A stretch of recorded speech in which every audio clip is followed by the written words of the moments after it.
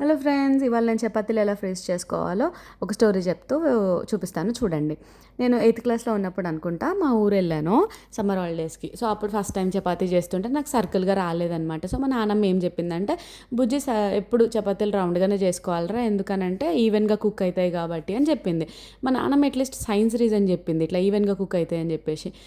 నాకు ఇంటర్లో ఉన్నప్పుడు అనుకుంటా మా మమ్మీ ఏమనింది, ఇంత చదివి ఏం లాభమే, నీ చపాతీలు రౌండ్గా వస్తలేవు అని అనింది అనమాట. ఓరదేనమ్మా అనుకున్నా.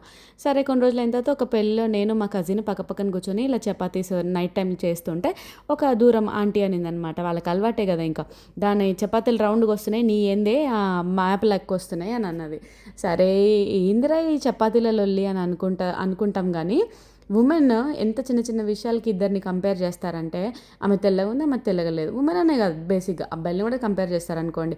ఆడు పొడుగున్నాడు, ఇటు పొడుగ్గా లేడు, వాడు నల్లగా ఉన్నాడు, నల్లగా లేడు.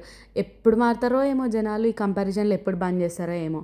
సో ఈ చపాతీల అంత ఎందుకు చెప్తున్నా మీకు అని అంటే, your chapati can be as unique as you. మీ చపాతీ రౌండ్ షేప్లోనే ఉండాలని ఎవరైనా చెప్తే వాళ్ళకి చెప్పండి, కాల్చుకునేది నేను, చేసుకునేది నేను, తినేది నేను, మీకు కావాల్సి వస్తే మీ రౌండ్ చపాతీ మీరు చేసుకొని తినండి అని చెప్పేసి. ఇంతకీ చపాతీలు ఎట్లా ఫ్రీజ్ చేయాలో చెప్పలే కదా నేను. సో చపాతీని రెండు సైడ్లు మాయిశ్చర్ లేకుండా మంచిగా కాల్ చేసుకోండి. అండ్ అవి మొత్తం చల్లబడాలి. చల్లబడిన తర్వాత మీకు రోజుకి ఎన్ని కావాలో అన్నీ ఇట్లా బ్యాచ్ లాగా నేను ర్యాప్ చేసుకుంటాను అనమాట. నేను ఒక 3-4 డేస్కి చేసుకున్నా ఇవి.